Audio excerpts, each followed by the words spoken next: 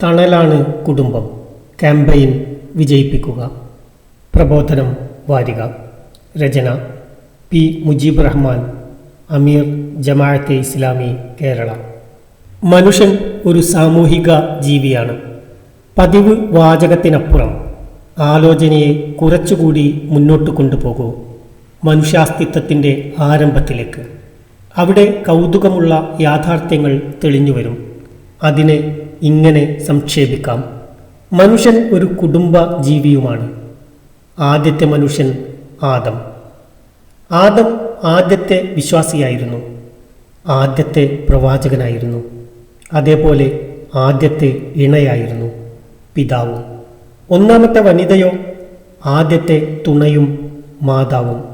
അതായത് മനുഷ്യനെ ഭൂമിയിലേക്ക് നിയോഗിച്ച പോലെ ആ നിയോഗത്തിനൊപ്പം ഉത്തരവാദിത്വവും ജീവിതമാർഗവും നൽകിയ പോലെ ഭൂമിയിൽ ദൈവത്താൽ സുസ്ഥാപിക്കപ്പെട്ട ഒരടിസ്ഥാനമാണ് കുടുംബം. മനുഷ്യജീവിതം പുലരണമെങ്കിൽ കുടുംബം അനിവാര്യമാണ്. ഇത്രയും ആമുഖമായി പറഞ്ഞത് കുടുംബത്തെയും കുടുംബത്തിനകത്തെ ജീവിതത്തെയും അസ്ഥിരപ്പെടുത്താനുള്ള ബോധപൂർവമായ ശ്രമം നടക്കുന്നു എന്നതിനാലാണ്. നവ മുതലാളിത്തവും ലിബറലിസവും അവയുടെ ഉപോൽപ്പന്നമായ കമ്പോള സംസ്കാരവും വ്യക്തിവാദവും നവനാസ്തികതയും കമ്മ്യൂണിസവും എല്ലാം ചേർന്ന് ലക്ഷ്യമിട്ടിരിക്കുന്നത് കുടുംബത്തെയാണ്. ഭദ്രവും പുരോഗമനപരവുമായ ഒരു സദാചാര സങ്കല്പം ഇസ്ലാം മുന്നോട്ട് വെക്കുന്നതിനാൽ അതിൻ്റെ തകർച്ചയും ഉന്നമിടുന്നു. എല്ലാ കെട്ടുപാടുകളിൽ നിന്നും ബന്ധങ്ങളിൽ നിന്നും പിഴുതെടുക്കപ്പെട്ട സ്വന്തം സുഖസൗകര്യങ്ങളിൽ മാത്രം മനസ്സുടക്കി നിൽക്കുന്ന വ്യക്തി, അവൻ്റെ ഭൗതികവും വൈകാരികവുമായ ആവശ്യങ്ങളെ പൂർത്തീകരിക്കുന്ന കമ്പോളം, അത് പ്രാപ്യമാക്കി തരുന്ന സമ്പത്ത്, ക്രമസമാധാന പാലനത്തിന് സർക്കാർ, ഇത്രമാത്രമാണ് ഇക്കൂട്ടർ സൃഷ്ടിക്കാൻ ഉദ്ദേശിക്കുന്ന ലോകം. വ്യക്തി എന്ന നിലയ്ക്ക് നിർവഹിക്കേണ്ട അനേകം ധാർമ്മിക ഉത്തരവാദിത്തങ്ങളിൽ നിന്ന് വിടുതൽ നൽകുന്നു എന്നു മാത്രമല്ല ഈ ചിന്താഗതിയുടെ പ്രശ്നം. മറിച്ച് മനുഷ്യനെ സംസ്കാര സമ്പന്നനായി വളർത്തുന്ന കുടുംബം എന്ന സാമൂഹിക സ്ഥാപനത്തെ കുഴമറിക്കുകയും മനുഷ്യജീവിതം തീരാ ദുരിതത്തിലേക്കും സമ്പൂർണ്ണ നാശത്തിലേക്കും കൊണ്ടെത്തിക്കുകയും ചെയ്യുന്നു എന്നതുകൂടിയാണ്. സൈദ്ധാന്തികമായി സംവദിച്ചും ഏറ്റുമുട്ടിയും ഭൗതിക തലത്തിൽ ഒതുങ്ങി നിൽക്കുന്നവയല്ല ഈ ആശയങ്ങളൊന്നും. ആശയപരമായി ഭിന്ന ധ്രുവങ്ങളിലായിരിക്കുമ്പോൾ തന്നെ അത് വ്യക്തിയിലും കുടുംബത്തിലും സമൂഹഗാത്രത്തിലും അരിച്ചിറങ്ങും. വിശ്വാസികളായിരിക്കെ വിവാഹത്തോട് വിമുഖതയും കുടുംബജീവിതത്തോട് അലർജിയും പ്രകടിപ്പിക്കുന്നവർ ഉണ്ടായി വരുന്നത് അതുകൊണ്ടാണ്. നാട്ടിൽ അനുദിനം കണ്ണീരുണങ്ങാത്ത വൃദ്ധസദനങ്ങൾ പടർന്നുകൊണ്ടിരിക്കുന്നതും മാതാപിതാക്കൾ നടതള്ളപ്പെടുന്നതും അതിനാലാണ്. ഗർഭധാരണവും മുലയൂട്ടലും കുഞ്ഞുങ്ങളെ വളർത്തലും ജീവിത സുഖത്തിനു മുന്നിലെ വിഘാതമായി നിൽക്കുന്നു എന്ന തോന്നലും വ്യാപിക്കുന്നു. സ്ത്രീ പുരുഷ ബന്ധങ്ങൾ, ലൈംഗികത, ജീവിതാസ്വാദനങ്ങൾ, ഭക്ഷണം, വസ്ത്രം തുടങ്ങി ഒന്നിലും മനുഷ്യന് ഒരു നിയന്ത്രണവും ആവശ്യമില്ല എന്നാണ് ഈ ആശയങ്ങളെല്ലാം കൂടി പഠിപ്പിക്കുന്നതും പരിശീലിപ്പിക്കുന്നതും. മനുഷ്യനെ സംസ്കാര സമ്പന്നനും ഉത്തരവാദിത്ത ബോധമുള്ളവനുമായി വളർത്തുന്നതിൽ പ്രധാന പങ്കാണ് കുടുംബത്തിനുള്ളത്. ഈ കുടുംബഘടനയെ തന്നെ തകർക്കാനുള്ള ശ്രമമാണ് നടന്നുകൊണ്ടിരിക്കുന്നത്. കുടുംബം വ്യക്തിയുടെ സ്വാതന്ത്ര്യത്തെയും സ്ത്രീ പുരുഷ സമത്വത്തെയും നിരാകരിക്കുന്നു, ശരീരത്തിനുമേൽ തനിക്കുള്ള അവകാശത്തെ അംഗീകരിക്കുന്നില്ല എന്നാണ് നവ ലിബറലിസം വിളിച്ചു പറയുന്നത്. കുടുംബജീവിതത്തിലൂടെ തൻ്റെ ശരീരത്തിനുമേലുള്ള സ്വയം നിർണയാവകാശമാണ് റദ്ദ് ചെയ്യപ്പെടുന്നത്. ഗർഭം ധരിക്കലും മുലയൂട്ടലും കുഞ്ഞുങ്ങളെ പരിപാലിക്കലും വളർത്തലും മാതൃത്വവും പിതൃത്വവുമെല്ലാം വ്യക്തിയുടെ ഇച്ഛയെയും സ്വയം തെരഞ്ഞെടുപ്പുകളെയും അസാധ്യമാക്കുന്ന ഒഴിഞ്ഞുപോകാത്ത ശല്യങ്ങളാണ്.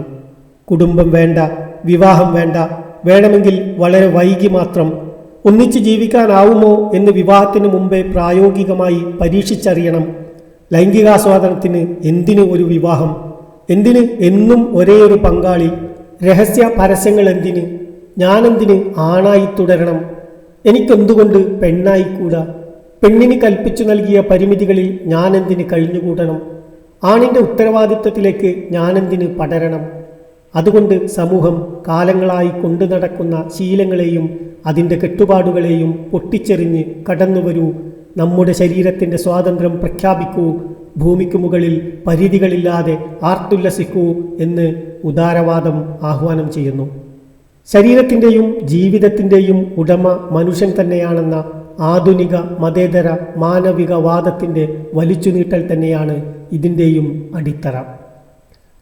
ധാർമ്മിക മൂല്യങ്ങൾ മനുഷ്യൻ്റെ പുരോഗതിക്ക് തടസ്സമെന്ന തീർപ്പിലെത്തി പൊതുജീവിതത്തിൽ നിന്ന് അവയെ അകറ്റി നിർത്തുമ്പോൾ കുടുംബത്തിലേക്കും വ്യക്തിയിലേക്കുമുള്ള ലിബറൽ വാദങ്ങളുടെ നീൾച്ച, പ്രത്യക്ഷത്തിൽ മതിമോഹനങ്ങളെന്ന് തോന്നിക്കുന്ന ആശയലോകത്തേക്ക് പറക്കാൻ കൊതിക്കുന്ന ചെറുപ്പക്കാരുണ്ട്. അങ്ങനെയൊക്കെയേ ഇനി നടക്കൂ എന്ന് കരുതുന്ന മുതിർന്നവരുമുണ്ട്. വലിയ ദുരന്തമാണ് ഈ ചിന്ത. മനുഷ്യൻ്റെ സഹജ പ്രകൃതിക്ക് വിരുദ്ധമാണ് ഈ വാദങ്ങളെല്ലാം എന്ന് ഒറ്റനോട്ടത്തിൽ മനസ്സിലാകും. നിയന്ത്രണങ്ങളില്ലാത്ത ലോകത്ത് ആർക്കാണ് ജീവിക്കാനാവുക? നിയമങ്ങളില്ലാത്ത പൊതു ഇടങ്ങളിൽ ദുർബലരായിരിക്കും എന്നും ദുരിതം പേറുക. ശക്തർ തമ്മിൽ അവിരാമമായ ഏറ്റുമുട്ടൽ തുടരും. അത്തരമൊരു അന്തരീക്ഷത്തിൽ സർവതന്ത്ര സ്വാതന്ത്ര്യം അനുഭവിക്കാനാവുന്നതെങ്ങനെ? മനുഷ്യൻ അള്ളാഹുവിൻ്റെ സൃഷ്ടിയാണ്. സൃഷ്ടാവായ ദൈവമാണ് അവൻ്റെയും ജീവിതത്തിൻ്റെയും ഉടമസ്ഥൻ. ശരിതെറ്റുകൾ നിർണയിക്കുന്നതും അവൻ തന്നെ. ഇതാണ് ഇസ്ലാം മുന്നോട്ട് വെക്കുന്ന കാഴ്ചപ്പാട്. ഉജ്ജ്വലനായ വ്യക്തിയെയും ഭദ്രതയുള്ള കുടുംബത്തെയും അതുവഴി ഈടുറ്റ സമൂഹത്തെയും രാഷ്ട്രത്തെയും രൂപപ്പെടുത്തിയെടുക്കാൻ ഈ കാഴ്ചപ്പാടിനെ കഴിയൂ. ഇസ്ലാമിൻ്റെ ഈ പരിധികളിൽ അടിയുറച്ചു നിൽക്കാൻ മുസ്ലിങ്ങൾക്ക് സാധിക്കണം. കുടുംബം കാരുണ്യത്തിൻ്റെ തണൽ വിരിക്കുന്നത് സമൂഹത്തിലെ ഭൂരിപക്ഷം വരുന്ന ദുർബല വിഭാഗങ്ങൾക്കാണ്. കുഞ്ഞുങ്ങൾ, പ്രായമായവർ, രോഗികൾ, ശാരീരിക മാനസിക പരിമിതികളുള്ളവർ, ഇവരെല്ലാം കുടുംബ സംവിധാനത്തിൻ്റെ ഗുണഭോക്താക്കളാണ്. കുടുംബം തകരുമ്പോൾ അവരുടെ അതിജീവനം പ്രതിസന്ധിയിലാകും. ഗർഭാശയത്തിനുള്ളിൽ വളരുന്നത് ഭിന്നശേഷിക്കാരനാണെന്നറിഞ്ഞാൽ പിറക്കും മുമ്പേ കഥയവസാനിപ്പിക്കാമെന്നും ആരോഗ്യമുള്ള സന്താനം ഇനിയും പിറക്കുമെന്നുമുള്ള കാഴ്ചപ്പാട് വേരാഴ്ത്തുന്നത് ജീവിതം സുഖിക്കാൻ മാത്രമുള്ളതാണെന്ന് വരുമ്പോഴാണ്. തെറ്റായ പാരമ്പര്യവും വന്നുചേർന്ന മാമൂലുകളും സ്ഥലകാലങ്ങളിലൂടെ സഞ്ചരിച്ചപ്പോൾ പറ്റിപ്പിടിച്ച അഴുക്കുകളും പേറിത്തന്നെ നമ്മുടെ കുടുംബങ്ങൾ തുടരട്ടെ എന്നല്ല. അവിടെ നമുക്കൊരു വിമലീകരണം ആവശ്യമാണ്. ഭൗതിക ലോകത്തിൻ്റെ വഞ്ചനാത്മക കാഴ്ചകളിൽ അതിരടയാളങ്ങളെ നാം മറന്നുപോയിട്ടുണ്ട്. അവ ഓർമ്മിച്ചെടുക്കണം, പുനഃസ്ഥാപിക്കണം. ഇസ്ലാമിൻ്റെ തെളിമയാർന്ന കുടുംബത്തെ പ്രകാശിപ്പിക്കാൻ നമുക്കാവണം. ഓരോരുത്തരുടെയും ഉത്തരവാദിത്വത്തെക്കുറിച്ച ഓർമ്മപ്പെടുത്തലുണ്ടാവണം. സ്ത്രീ പുരുഷ ബന്ധത്തിൻ്റെയും ഇടകലരുന്നതിൻ്റെയും പരിധികൾ കാലത്തിനനുസരിച്ച് മാറാനാവില്ല. സംശയത്തിനിടമില്ലാത്ത വിധം അവ അള്ളാഹു നിർണയിച്ചു വച്ചിട്ടുണ്ട്. അതിന് കീഴ്പ്പെടണം. വിവാഹം പരലോകത്തേക്കും നീളുന്ന ആരാധനാകർമ്മമാണ്. വിവാഹ ചടങ്ങുകളുടെ ആത്മസൗന്ദര്യത്തെ മലിനപ്പെടുത്തും വിധം ആർഭാടങ്ങളും ആടിത്തിമിർക്കലും പാടില്ല. പരസ്പര സ്നേഹത്തിൻ്റെയും പരിഗണനകളുടെയും ഇമ്പമാർന്ന അനുഭവമാണ് കുടുംബം. അതിനകത്തു നിന്നാണ് സൽസ്വഭാവികളും അള്ളാഹുവിന് മുമ്പിലല്ലാതെ മുട്ടുമടക്കാത്ത വിപ്ലവകാരികളും വളർന്നു വരേണ്ടത്. സ്ത്രീക്കും പുരുഷനും പ്രകൃതത്തിലെന്ന പോലെ ചുമതലകളിലും അവകാശങ്ങളിലും വ്യത്യാസങ്ങളുണ്ട്. അതവർ ഏറ്റെടുക്കലും വകവെച്ചു നൽകലുമാണ് നീതി. വ്യക്തിയുടെ ആകുലതകൾക്ക് കുളിര് നൽകാനും സമൂഹത്തിൻ്റെ അനിശ്ചിതത്വങ്ങൾക്ക് തണലാകാനും ഇസ്ലാമിക കുടുംബത്തിന് സാധിക്കും. അത് ഈ ഭൂമിയിൽ സാക്ഷാത്കരിക്കണം. അത് സമൂഹത്തിന് മാതൃകയാവും. സമൂഹത്തിൻ്റെ ഹൃദയം സമാധാനം കൊണ്ടും ശാന്തി കൊണ്ടും നിറയും. ആ കുടുംബം സ്വർഗലോകത്ത് കുടിയിരിക്കും, ഭൂമിയിലെ കഥകൾ പറയും. തണലാണ് കുടുംബം എന്ന ക്യാമ്പയിനിലൂടെ ഇക്കാര്യമാണ് ഇസ്ലാമിക പ്രസ്ഥാനം ആദ്യം അതിൻ്റെ പ്രവർത്തകരോടും ഒപ്പം സമൂഹത്തോടും ഉണർത്തുന്നത്. സമകാലിക സാഹചര്യത്തെ വിലയിരുത്തുന്ന ആർക്കും ബോധ്യമാവും ഈ സന്ദേശം എത്രയും പ്രാധാന്യമർഹിക്കുന്നതാണെന്ന്. വ്യക്തികളിൽ നിന്ന് വ്യക്തികളിലേക്കും വീടുകളിൽ നിന്ന് വീടുകളിലേക്കും അയൽപ്പക്കങ്ങളിലേക്കും നാട്ടുകാരിലേക്കും ഒഴുകി പരക്കേണ്ട സന്ദേശമാണിത്. ക്യാമ്പയിൻ വിജയിപ്പിക്കാൻ എല്ലാവരും രംഗത്തിറങ്ങുക. നന്ദി.